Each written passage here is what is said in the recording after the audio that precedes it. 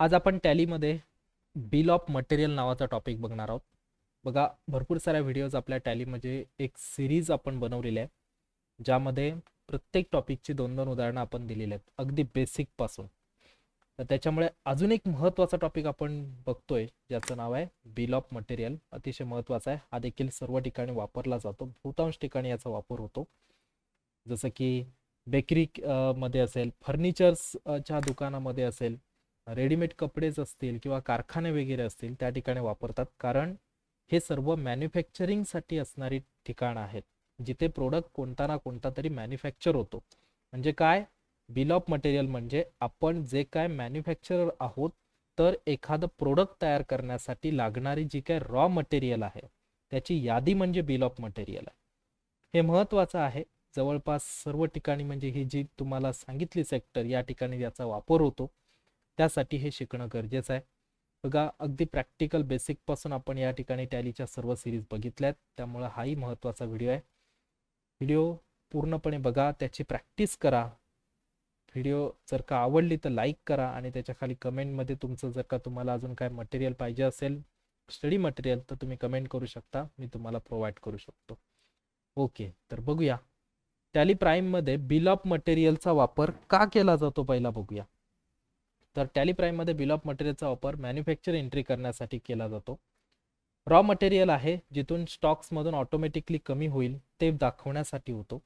Finish good स्टॉक्समध्ये आपोआप वाढतो. त्याच्यानंतर उत्पन्नाचा खर्च असेल, उत्पादनाचा खर्च असेल, प्रोडक्शन कॉस्ट काढण्यासाठी आपल्याला सोपं पडतं bill of material. Stock control आणि प्लॅनिंगसाठी उपयुक्त ठरतं बिल ऑफ मटेरियल. बहुतेक गोष्टीसाठी आपण बिल ऑफ मटेरियलचा वापर करणार आहोत. आता बिल ऑफ मटेरियल टॅलीमध्ये कुठे वापरला जातो बघा? स्टॉक आयटम क्रिएट करताना आणि मॅन्युफॅक्चरिंग जर्नल मध्ये वापरताना. आता टॅलीमध्ये बिल ऑफ मटेरियलचे प्रत्यक्ष उपयोग या ठिकाणी होतात. जसं मी सुरुवातीला तुम्हाला सांगितलं, बेकरीमध्ये केला जातो, फर्निचरच्या शॉपमध्ये केला जातो, रेडीमेड कपडे असतील त्या ठिकाणी होतो, आणि कारखान्यातील उत्पादन काम असेल, म्हणजे मॅन्युफॅक्चरिंग फॅक्टरीमध्येच, मॅन्युफॅक्चरिंग कारखान्यांमध्ये याचा यूज जास्तीत जास्त केला जाणार आहे. म्हणजे या सेक्टरमध्ये जर का आपण कुठे अकाउंटिंग वगैरेचं जर का काम करत असू, तर आपल्याला या टॉपिकची गरज त्या ठिकाणी लागणार आहे. म्हणून हा टॉपिक महत्त्वाचा आहे. आता इंटरव्ह्यूसाठी यावरती काही क्वेश्चन्स होईल, जर का तुम्ही या कोणत्या सेक्टरमध्ये जर का आपण काम करत असू, ज्या ठिकाणी मॅन्युफॅक्चरिंग आहे, त्या ठिकाणी तुम्हाला इंटरव्ह्यूमध्ये साधारणतः हा प्रश्न विचारला जाऊ शकतो. त्याचा आन्सर असं सांगू शकता तुम्ही. टॅली प्राईममध्ये बिल ऑफ मटेरियल म्हणजे काय असतं? फिनिश प्रोडक्ट तयार करण्यासाठी लागणाऱ्या रॉ मटेरियलची व त्यांची क्वांटिटी सांगणारी यादी म्हणजे बिल ऑफ मटेरियल आहे. त्यामुळे महत्त्वाचं आहे. ही बघा, इथे आपण एक तुम्हाला दाखवलं आहे की एक आपण IBM कम्प्युटर बनवणार आहोत, आणि तो बनवण्यासाठी लागणारं मटेरियल आपण मागवलेलं आहे, आणि त्या मटेरियलवरती GST किती लागलेला आहे तो सुद्धा देण्यात आलेला आहे. बघा, 12% GST आहे टोटल ओव्हरऑल. तर आपण हे प्रोडक्ट कसे, याची यादी कशी बनवायची आपल्या टॅलीमध्ये, ते बघूया. त्यासाठी आपल्याला बिल ऑफ मटेरियलचं आधी एक वाउचर बनवावं लागेल, मॅन्युफॅक्चरिंग जर्नल म्हणून. तर बघूया, चला टॅलीमध्ये जाऊ. क्रिएटमध्ये जायचं आहे. पहिली स्टेप, वाउचर टाईप. वाउचरचं नाव आहे manufacturing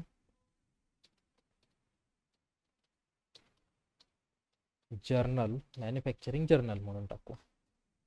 select type of voucher. हे वाउचर ओपन करण्यासाठी एखादं आपल्या इकडच्या वाउचरमधील एखादं वाउचर त्याच्या अंडरमध्ये द्यावं लागेल. आता मॅन्युफॅक्चरिंग जर्नल एक स्टॉक जर्नलचा पार्ट आहे, त्याच्यासाठी आपण या ठिकाणी काय टाकू? स्टॉक जर्नल वाउचर हे सिलेक्ट करू. हे वाउचर आपल्याला यूज करायचं आहे, म्हणून यूज ॲज मॅन्युफॅक्चरिंग जर्नलला यस करून घेऊ. ओके, आणि कंट्रोल एने ॲक्सेप्ट करून घेऊ. एक वाउचर आपण क्रिएट केलं. त्याच्यानंतर त्या वाउचरमध्ये जाण्यासाठी आपल्याला वाउचरमध्ये जावं लागेल. F10 मध्ये आपल्याला ते वाउचर सापडेल, मॅन्युफॅक्चरिंग जर्नल. Alt+F7 त्याची शॉर्टकट कीज आहे. नेम ऑफ प्रोडक्ट, आपण जो प्रोडक्ट बनवणार आहोत त्या प्रोडक्टचं नाव आहे IBM computer. Alt+C, IBM computer. Under, तो एक कम्प्युटरचा पार्ट आहे, त्याच्यामुळे आपण काय करूया, या ठिकाणी कम्प्युटर पार्ट्स किंवा कम्प्युटर म्हणून आपण टाकू. इलेक्ट्रॉनिक्स म्हणून देखील म्हणू शकता. कॅटेगरी सर्व इलेक्ट्रॉनिक्सच्या कॅटेगरी आहेत. युनिट, NOS, इथे बिल ऑफ मटेरियलची सेटिंग ऑन केलेली आहे बघा, set components bill of material. हे जर का तुमच्या स्क्रीनमध्ये नसेल तर कुठून ऑन केलं जातं, आपण शिकलेलो आहोत. जर का आपल्या स्क्रीनवरती एखादी गोष्ट हाईड असेल, एखादा ऑप्शन हाईड असेल, तर तो शो करण्यासाठी आपल्याला F12 मध्ये जावं लागतं, कॉन्फिगरेशनमध्ये F12 कॉन्फिगरमध्ये जावं लागतं. ज्या ज्या गोष्टी आपल्याला तिकडे हव्यात त्यांना ऑन करून घ्यावं लागतं. जसं की इथे मला बिल ऑफ मटेरियल पाहिजे होतं, त्याला मी यस केलं. ओके, या ठिकाणी याला यस करूया. आणि आपल्याला विचारताय IBM कम्प्युटर तुम्ही बनवताय तर त्याचं बिल ऑफ मटेरियलचं नाव काय ठेवू.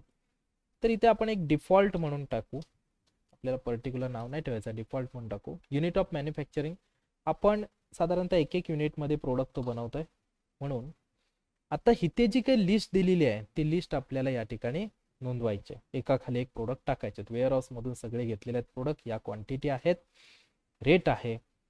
ओके, तर बघूया. कॅबिनेट IBM म्हणून पहिला प्रोडक्ट आहे आपला, नोंदवू.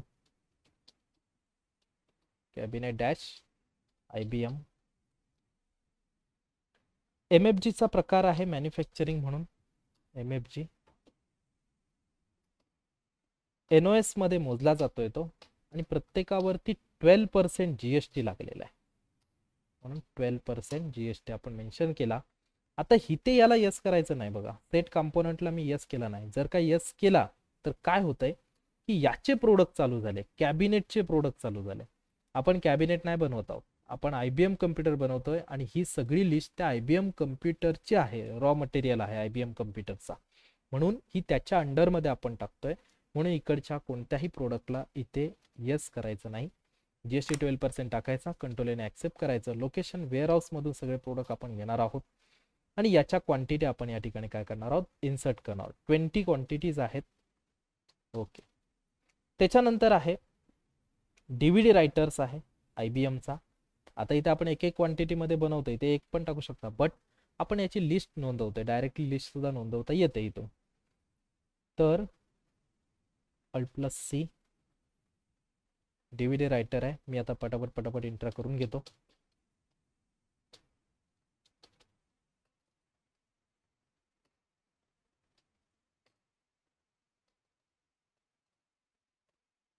एक 5 प्रोडक्ट मी दाखवतो, तुम्ही सगळे लिस्टमध्ये नोंदवून घेऊ शकता. मी सॅम्पलसाठी 5 दाखवतो. वेअरहाऊस 25 क्वांटिटी आहे. डन. सॉरी, मी या ठिकाणी इन्सर्ट केला 25 क्वांटिटी. ओके, आणि थर्ड प्रोडक्ट आहे आपला CPU फॅन आहे IBMचा.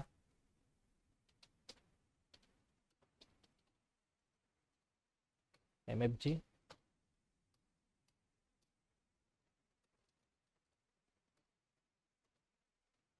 %12 GST. ओके, वेअरहाऊस, आणि याच्या क्वांटिटी ऑर्डर आहेत 15. त्याच्यानंतर फोर्थ प्रोडक्ट आहे हार्ड डिस्क आहे आणि इंटरनल मोडेम आहे. आपण त्याच्यावरची मदरबोर्ड घेतो. पहिला आहे हार्ड डिस्क.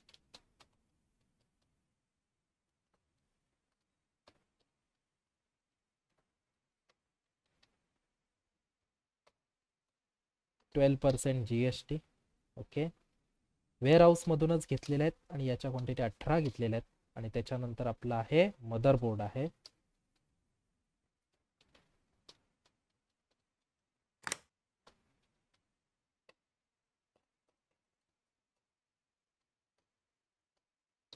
%12 GST. मदरबोर्डच्या क्वांटिटी आहेत आपल्या 20 क्वांटिटी आहेत. ओके, हे सॅम्पलसाठी मी 5 प्रोडक्ट दाखवलेत. तुम्ही या ठिकाणी अशाच पद्धतीने हे सगळे प्रोडक्ट नोंदवून घेऊ शकता. ओके, जेवढे काय आपल्याला ते प्रोडक्ट IBM कम्प्युटर बनवण्यासाठी लागणारे प्रोडक्ट आपण एकाखाली एक नोंदवू शकतो. Okay, yes. आणि कंट्रोल येणे आपल्याला काय करायचं आहे, ॲक्सेप्ट करून घ्यायचा आहे. हा प्रोडक्ट बघा तयार झाला.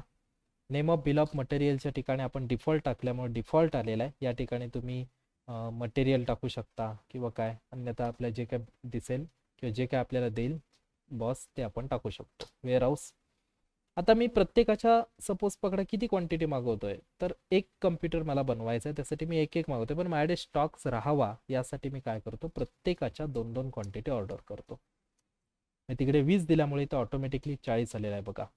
आणि याचा रेट आपल्याला टाकायचा हा वाला 1850, 1150, 450. 1850, 1150, 450, त्याचबरोबर 2100, 450,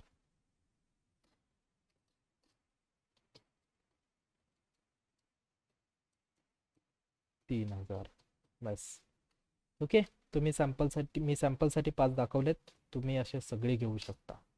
इकडे आहेत स्क्रॅपमधून एखादा जर का आपण प्रोडक्ट घेतला असेल तर इथे आपण त्याची डिटेल्स टाकायची, किती % आपल्या त्याच्यावरती कॉस्ट अलोकेशन लागलेलं आहे, क्वांटिटी किती आहेत, लोकेशन कुठून घेतला असेल ते वगैरे सगळे या ठिकाणी टाकायचं. आता आपण कुठल्या स्क्रॅपमधून नाही प्रोडक्ट घेतलेला आहे तर इथे आपण त्याला मेन्शन केलेलं आहे. सपोज पकडा इथे एक एक्स्ट्रा आपल्याला CPU फॅन लागणार आहे, तो आपण स्क्रॅपमधून घेतलाय असं दाखवूया. Alt+C CPU fan dash scrap म्हणू.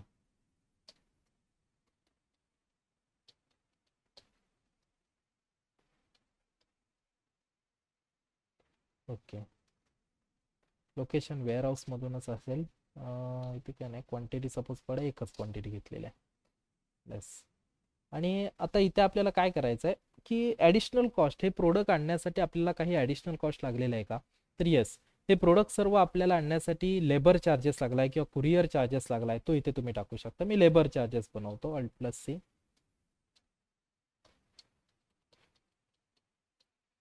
लेबर चार्जेस हा आपला खर्च आहे, त्याच्यामुळे त्याचा ग्रुप इनडायरेक्ट एक्सपेन्सेस बनेल. ओके, आणि त्या लेबर चार्जेस 700 रुपये सपोज पकडा पडला असेल, 700 टाकला. इथे टोटल कॉस्ट आपल्याला सर्व डिटेल्स आपली मेंटेन झालेली आहे. ओके, आणि येस करायचं, ॲक्सेप्ट. त्याच्यानंतर पुन्हा एकदा पेजअप करतो आणि Ctrl+P करतो, म्हणजे याचं आपल्याला काय मिळेल, प्रिव्ह्यूमध्ये जाऊन टोटल ओव्हरऑल बिल आपलं रेडी झालं. बघा, Alt+Z ने आपण झूम करू शकतो. बघा, बिल आपलं रेडी झालेलं आहे मॅन्युफॅक्चरिंग जर्नल व्हाउचरमध्ये.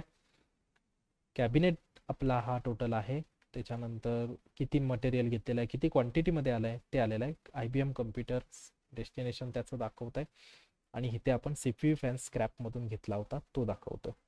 अशा पद्धतीने लेबर चार्जेस वगैरे सगळे ॲड करून आपले टोटल ओव्हरऑल एवढा मटेरियलचं बिल झालेलं आहे. बघा, या ठिकाणी याचा यूज केला जाईल.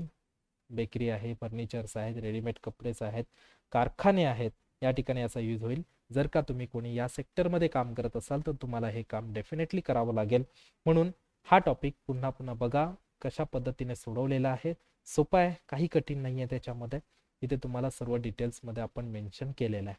ओके, असाच अजून काही इंटरेस्टेड टॉपिक आपण घेऊन येणार आहोत, जसं टॅक्सेशन वगैरे आपला पार्ट आहे महत्त्वाचा. जवळपास 50% 50 ते 60% आपण टॅली खतम केलेला आहे. अजून आपला 40% आहे, म्हणजे टॅक्सेशन वगैरे पार्ट आहेत, आणि अजून काही इंटरेस्टेड पार्ट आहेत. त्याच्यामुळे पुढे व्हिडिओज देखील तुम्ही वॉच आउट करू शकता. ओके, चला भेटू नवीन एका व्हिडिओमध्ये.